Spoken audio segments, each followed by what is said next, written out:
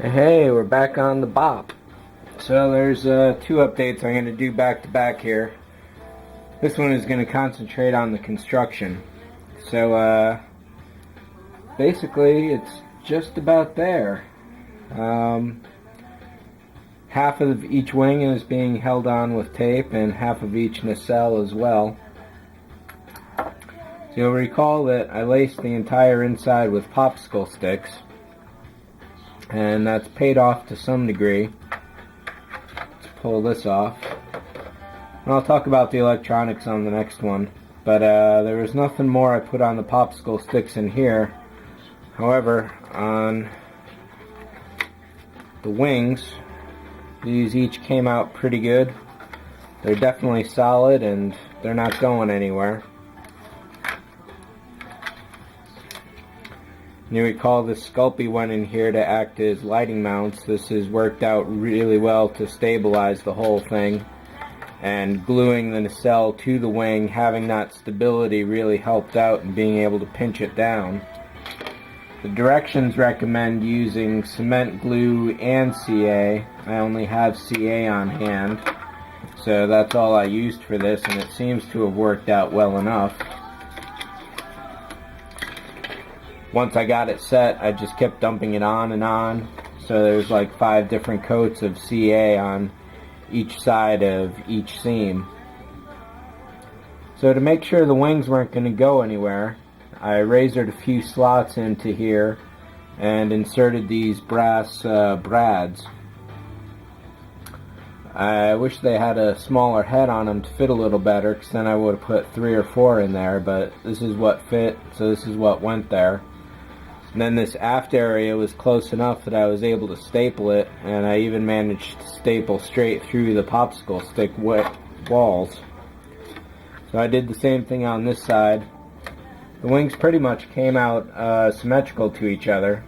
What I did was to put one wing down, I think it was this one, and as soon as I had that, that was going to be the master that I set this one to. So I spent a little while wiggling this one around to try and get it, glued it down, had to move it, and eventually I pretty much got it. And when I did, I just again sliced a couple holes with a razor blade through the wing and the body and inserted that brass brad, glued that in, and stapled the back.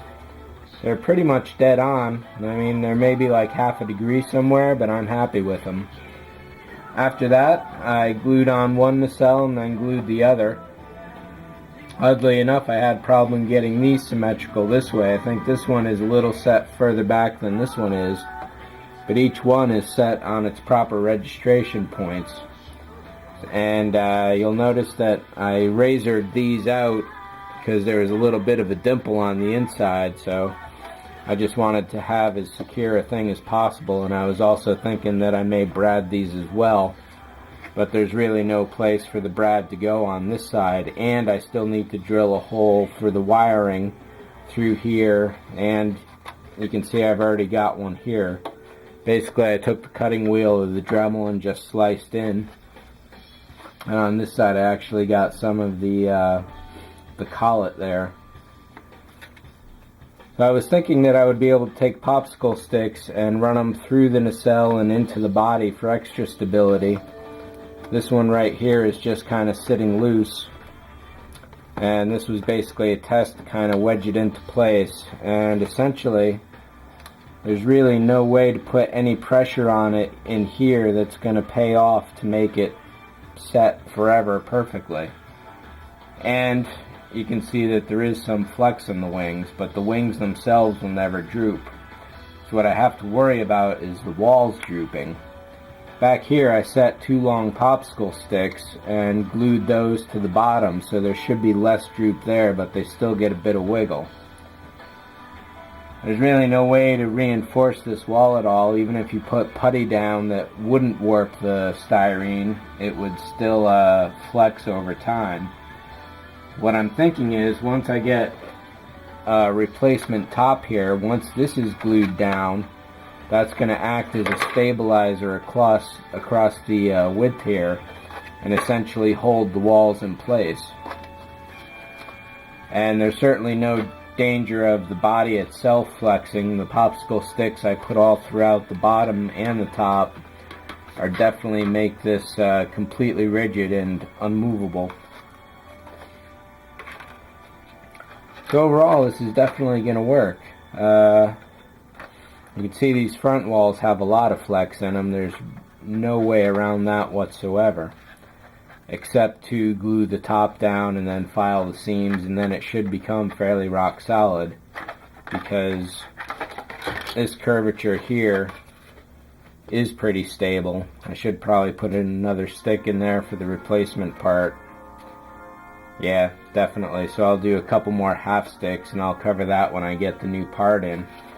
But again, this itself is pretty damn stable overall. I didn't want to run any around here to block out any of the light. And I think that's pretty much it for the actual construction. Once I run the wires here, I'll seal up the wings, leave the nacelles open for a while, and getting the putty down on here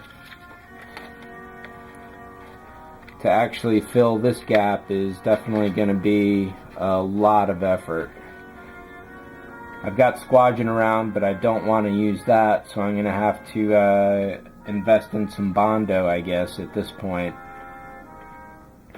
And yeah, that's definitely going to be significant. It's no different on the AMT kit. You've got this horrible seam to fill, and yeah, it's just a fact of life, I guess, with this kit. There's no way around it.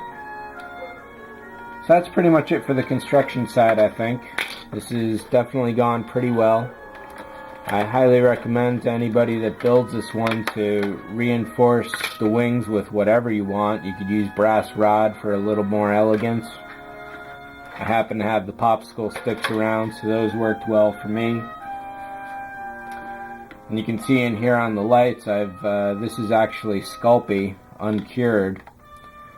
So I'm just going to basically blob this in to hold the lights down rather than creating some kind of exquisite mounting system. And I'm putting all this Sculpey onto the popsicle sticks just in case there's some kind of long-term reaction. Because Sculpey is pretty benign, but it's still a crazy bit of chemical work. So other than that, I may still run some popsicle sticks into the body and try and make sure that nothing ever droops. But again, any droop should occur over the top here, and once the actual lid is sealed on, that should stop any droop or flex whatsoever. This is going to be pretty solid overall. So I guess that's about it. Oh, hey, one of the things that also counts here, where did I put them?